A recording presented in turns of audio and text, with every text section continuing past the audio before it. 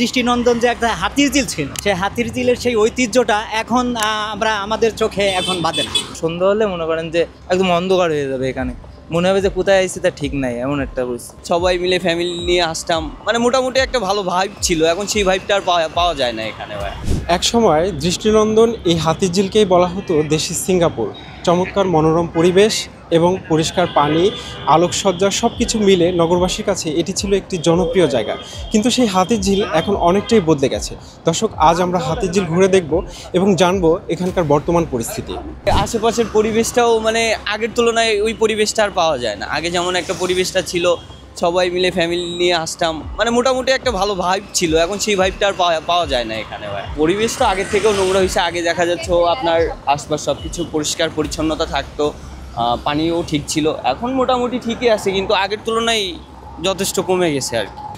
সেই ফোয়ারাটা দেখার জন্য অনেকেই মানুষ আকর্ষিত হতো, কিন্তু সেই ফোয়ারাটাও এখন অফ রয়ে গেছে, বন্ধ রয়ে গেছে। দৃষ্টিনন্দন যে একটা হাতির ঝিল ছিল, সেই হাতির ঝিলের সেই ঐতিহ্যটা এখন আমরা আমাদের চোখে এখন বাঁধে না। একসময় দৃষ্টিনন্দন হাতির ঝিলের এখন বেহাল অবস্থা। কোথাও সড়ক ভাঙা, আবার কোথাও সড়কের উপরেই দীর্ঘদিন পানি জমে থেকে সেই পানি থেকেই ছড়াচ্ছে দুর্গন্ধ। কেউ ময়লা ফেলে দিচ্ছে, পানিতে ফেলে দিচ্ছে, পানি নোংরা হচ্ছে, রোডে ফেলে দিচ্ছে, রোড নোংরা হচ্ছে। বিষয়টা এমন আর কি।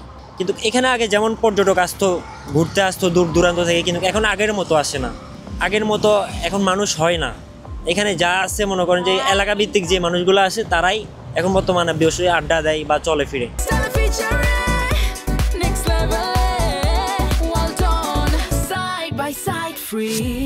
হাতির ঝিলে আগের যে পরিবেশটা ছিল সেই পরিবেশটা এখন আর নাই, বুঝছেন? যেটা মনে করেন যে এখন তো দিনে আছে বলে এখন একটু ভালো লাগতেছে। আর যখন সন্ধ্যা হয়ে যাবে তখন মনে করেন যে আগে যেরকম লাইটিংটা ছিল, এখানে একটা লাইটিংয়ের একটা ভালো একটা সৌন্দর্য ছিল, ছবি তোলার জন্য, ভিডিও করার জন্য সব দিক থেকে পারফেক্ট ছিল। এখন আর সেই জিনিসটা মনে করেন যে নাই। এখন লাইটিংটা নাই, রাত হলে সন্ধ্যা হলে মনে করেন যে একদম অন্ধকার হয়ে যাবে, এখানে মনে হবে যে কোথায় আইসি তা ঠিক নাই, এমন একটা পরিস্থিতি। হাতির ঝিল আগের মতো নাই এখন বর্তমানে। এই যে লাইট এগুলো আর কি এখন নষ্ট করে ফেলাইছে, বিভিন্ন জনের লাইট খুইলা নিয়ে যায়, বেঁচে ফেলায়। তো পানিটা আগের মতোই আছে, তবে সৌন্দর্যটা এখন আর আগের মতো নেই। ঢাকার মধ্যে এরকম ফাঁকা তো জায়গা নাই বেড়ানোর মতো। আসলে ছুটি পেলে সাপ্তাহিক এখানে আসা হয় আর কি। ঘুরলে মন ভালো লাগে, প্রকৃতিক দেখা হয়, এই পানি ঠিক আছে। ঢাকার ভিতরে তো এরকম নাই, এখানে আসলে ভালো লাগে আর কি।